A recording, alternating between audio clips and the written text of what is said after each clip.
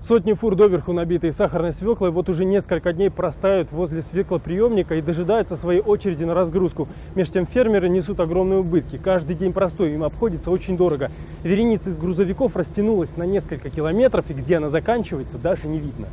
Подобной патовой ситуации фермеры, выращивающие сахарную свеклу, не припомнят. Корнеплоды всегда сдавали вовремя и без нервотрепки. В этом году все для них пошло по иному сценарию. Стою уже третьи сутки. Позавчера вечером приехал, вот машина стоит, с тележкой, загруженной. И вот потихонечку, вот только дошел до ворот, и еще стоим. Сейчас ушли на обед, целый час уже жду. Никто еще не двигается, вот ребята стоят. Тут кроме меня по 5-6 дней стоят. Опухшие, голодные. На поле свекла лежит. И что делать теперь? Много свеклы? Конечно много, 2 гектара, одна только у меня. А у других, что, думаете, мало? Они тоже убытку теряют. Жалуются, что сотрудники свеклоприемника по непонятным причинам работают только в одну смену и тормозят процесс, хотя в разгар сезона должны принимать товар круглосуточно. В это время, когда сезон идет, даже должно 2-сменку, 3-сменку работать. Получается, ночью не работает? Ночью не работает.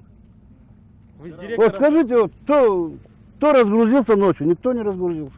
Выстраивают фермеры одни догадки. Рассказывают, что сахарный монополист страны Каиндекант перед засевом предложил заключить с каждым договор. Продал им семена нового сорта якобы высокого качества. А на поверку оказалось, что плоды хранятся хуже, да и вес теряют быстро. Может, поэтому и идет задержка, чтобы за меньшую массу заплатить меньше. Да она же будет высыхать.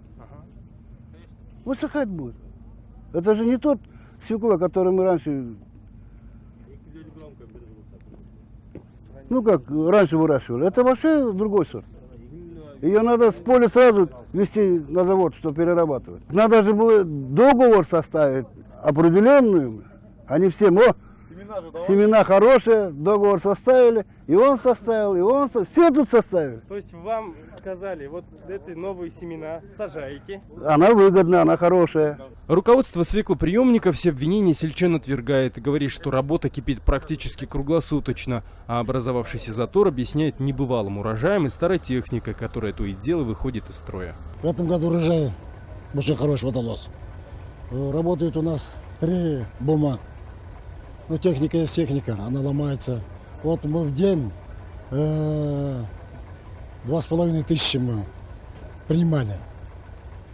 А техника, это наши бумукладчики, она с 70-го года выпуска этой техники. А потом начальство и вовсе сделало крайнюю в коллапсе самих фермеров. Мы ставили график. Мы знаем, что урожайность в этом году много. Вот поэтому они график не соблюдают сами. Вот Асан выкопал, все он должен тоже выкопать. Вот поэтому очередь они сами себя механически создают. По словам сельчан, теперь о выручке можно вовсе забыть. Весь год тяжелого труда коту под хвост. Надеются отбить хотя бы вложенные средства. Шавкат Тургаев, Азат Интымаков. В настоящее время город Токмок, Кыргызстан.